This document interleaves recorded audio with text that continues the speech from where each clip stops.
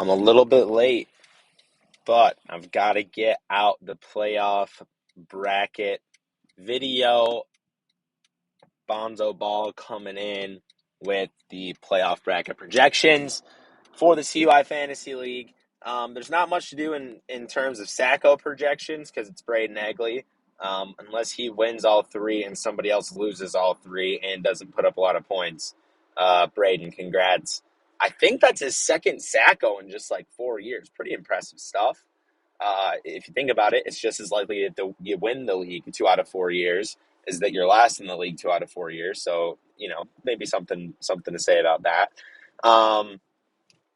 Okay, let's go to first of all, I'll do round one matchups. I'll come back next week and do round two matchups and everything like that. But for right now, I'll do round one matchups and then I'll say exactly how I think the bracket is shaking out for the playoffs. The first one here, Hinker versus Caleb. ESPN projects it to be very, very close. Both of them projected around 140 total points. Hinker's got Geno going immediately tonight and Lockett. He's got the Geno Lockett stack, which has been on fire. I think Lockett's got 7 straight touchdowns. If I heard that stat correctly, wide receiver 8 on the year. Yeah, look at all those touchdowns.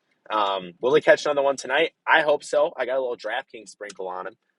Him and Marquise Goodwin, Lockett touchdown, Marquise Goodwin yards. Anyway, so yeah, Hinker's looking for that stack to come through. Could start off really hot for Caleb if Geno doesn't do good and Lockett doesn't do good, or could start off really bad if Lockett and Geno combine for 45-50 to start the week. So lots of things going to be figured out as soon as tonight. Looking at the rest of Hinker's team, Derrick Henry, a smash versus the Chargers. He's got James Conner up against the Broncos this week. Mike Evans, Mark Andrews. It's no surprises why this team's a playoff team, right? Even with Mark Andrews not performing as of late. Hopefully he hops on that horse for Logan, to continue the playoffs here. Just a well-rounded squad here. I think Dak will have to throw against the Jaguars. The Cowboys don't win as much when Dak has to throw, but in games when he does have to throw, he obviously puts up more fantasy points. So, looking like a good week for Hinker's team. On the other side, Caleb has limped through all season with Ryan Tannehill as his quarterback.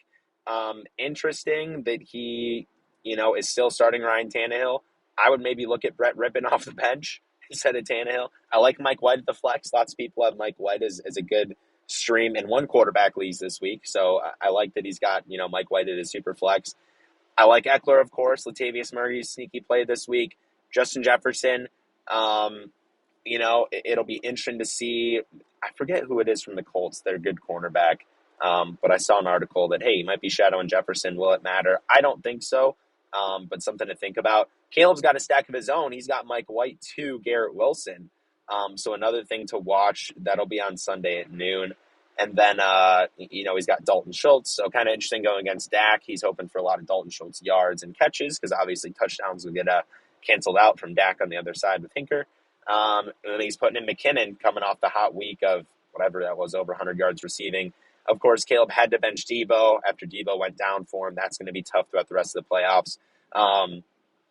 And of course, he's leaving Leonard Fournette on the bench, I guess. Lenny hasn't been doing much of late. I lean Hinker's team in this matchup, definitely. I think both these teams are pretty, good at the top. Their best players. You got Derrick Henry, you got Justin Jefferson, both very elite. You go down from there to your next best player. You got Austin Eckler versus, maybe Tyler Lockett. Maybe you give a little bit of an edge to Caleb. But once you start going down the list, like at tight end, like at the flex spots, at the super flex spot, or the second quarterback, I would consider Tannehill Caleb's second quarterback, right? So I think Hinker's got the better second quarterback. He's got the better second and third wide receivers and running backs. So I think Hinker will pull out the W in this one. And I think his team's got more staying power in the playoffs as well, just because it looks like he's avoided a lot of injuries, right? Whereas Caleb just had, unfortunately, Debo go down right before the playoffs. So I think Hinker advances here. In the Huntley Harambe's versus Big Johnson, projects to be a very, very close matchup. Look at that, 50%, 50%, slightly less projected for the Harambe's. And who would Brady have been playing if he, hadn't completed that sus trade, or if he hadn't tanked his matchup? Darth Vader also projected about the same amount as as the Huntley Harambees. So it'll be interesting to see which way this works out. As of right now for the Huntley Harambees, he's got to start Tyler Huntley because Russ is in concussion protocol. Huntley just getting out of concussion protocol himself. If Huntley for some reason can't go on game day, he's got Colt McCoy coming off the bench. So interesting to monitor there. Justin Fields will be back. It looks like this week for Brady. So when we're looking at that QB2 spot, Jalen Hurts versus Justin Fields, kind of interesting that in order for Jalen Hurts to put up a lot of fantasy points, he needs Justin Fields to play and be scoring some real life points on the other side. Otherwise, I think the Eagles might just cruise to victory without needing Jalen to throw. So interesting to see who scores more fantasy points in that matchup. I'll go back to the top here, look at the running backs, Barkley versus Kamara, Swift versus Akers, pretty even there. Devontae Smith versus Devontae Adams, I'd give the lean to Brady. The Smith Hurts, stack has been working well. Goddard's coming back this week, so who knows how it'll turn out if Devontae will see less targets from Jalen. But he's been hot. Harambe's got Ayuk going tonight. Marquise Brown now without Kyler Murray. It'll be interesting to see what happens there. Christian Watson versus Christian Kirk, slightly into Christian Kirk, probably maybe gets in a shootout with Dallas, maybe, toasts Trayvon Diggs. Who knows? So pretty even matchup here. Pretty even matchup. Josh Allen going against the Miami Dolphins in the snow. It's supposed to be really snowy. That'll be a storyline for that game. Anybody who has Dolphins players and Bills players, I know in a couple other leagues, I'm sitting Gabe Davis. I'm against Jalen Waddle. I'm pretty excited because I don't think there's going to be a lot of points in that game. Josh Allen will probably still be fine because, he'll probably rush for 80 yards. He'll probably still throw 2 touchdowns or something. But it is something to monitor, Saturday night. If he has a typical Josh Allen smash game, he hasn't been, superhuman. He's only went over 30 twice since weeks 1 and 2. Or 1, 2, and 3, I guess. He went over 33 times to start the year. He went for 40 week 5. But then since week 5, or really since week 6, I guess, since week 6, that's what the trend is, right? He sort of, went crazy to start the year. But, I mean, look at what he's been doing. Mid-20s, right? 130-point game. So he hasn't been superhuman. Be interesting to see what role he plays in this matchup. I'm gonna give the nod. I'm gonna give the nod to the Harambe's. I think they pull it out. I'm biased, but I think that they might wind up surprisingly getting better quarterback play this week. And I think that I like the running backs and I like the wide receiver 2s and 3s just a little bit more. It's going to be close. It's going to be a coin flip. This game's going to be a coin flip, and I think it doesn't really matter because I think whoever gets through is getting smashed by Obi's team next week.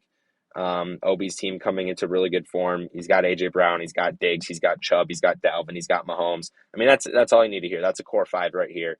Both of these teams that I just went over, I don't think either of them is getting past Obi in the second round. On the other side, again, it's chalk, but I don't think anyone's getting past Blaine's team with Mixon, Herbert, Jamar, Amon-Ra. It's really nice for Blaine. Amon-Ra is going against Sauce Gardner this week, and Blaine doesn't have to worry about playing anyone.